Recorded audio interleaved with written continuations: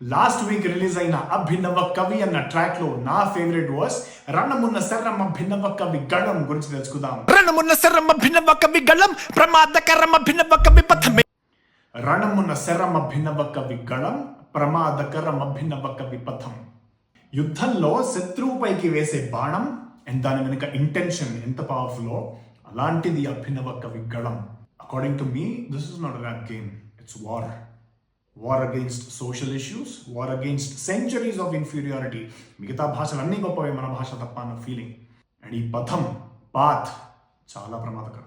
పదముల రథమన్నుచును కద మదం పరాజయమున నరాన భయమే.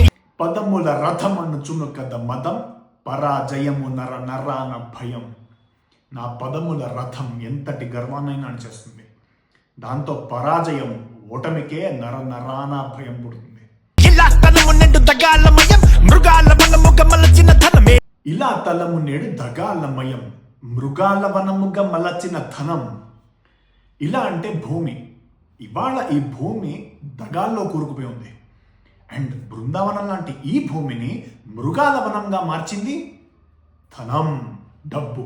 ఇలా కదలక భిన్నవ కవి కలం పరారు భయం అపజయముల ద్వయం. ఇలా కదలగ అభినవ కవి కలం పరారు భయం అపజయముల ద్వయం. ఇలా కదిలితే అభినవ కవి కలం భయం ఇంకా అపజయం అనే ద్వయం పరారే. మెటఫరికల్ గా యుద్ధంలో రాజు ఖడ్గం విసరడం చూసి వెనకాల సైన్యానికి ఎంత ధైర్యం వస్తుందో అదే సైన్యాన్ని చూసుకుని రాజు కాన్ఫిడెన్స్ కూడా డబుల్ అవుతుంది. షౌట్ అవుట్ టు స్వాన్ సేన. అరే దివాకరుడికి ఎదురెట్టుపడు జలం.